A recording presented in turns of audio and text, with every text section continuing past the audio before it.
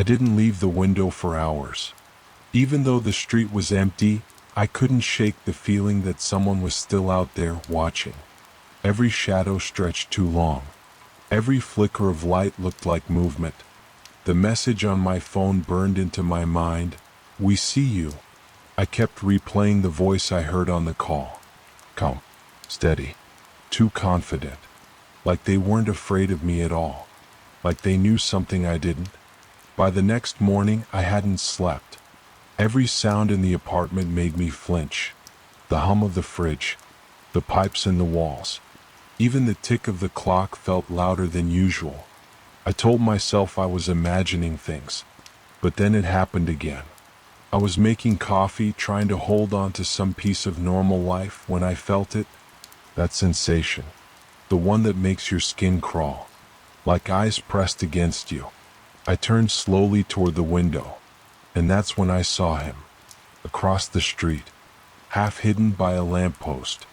A man, tall, broad shoulders, wearing a dark coat. He wasn't moving.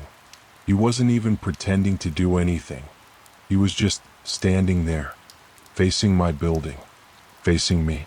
My stomach dropped. I stumbled back from the window, heart pounding so loud I could barely hear myself think.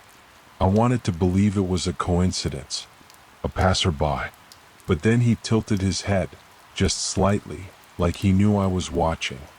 I froze, and then, without breaking his stare, he lifted his hand and waved. It wasn't friendly. It wasn't casual. It was slow, deliberate, like a predator acknowledging its prey.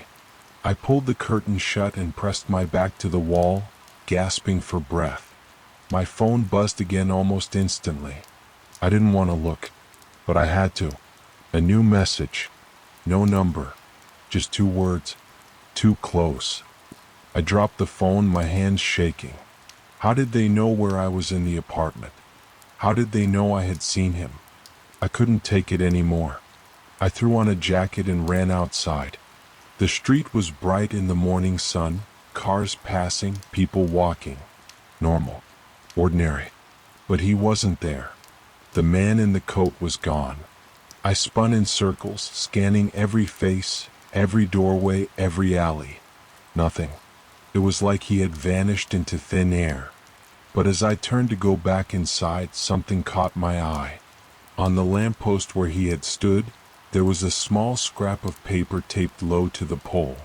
I pulled it off, my fingers trembling. In the same handwriting as the letters, it read, "You're not safe here."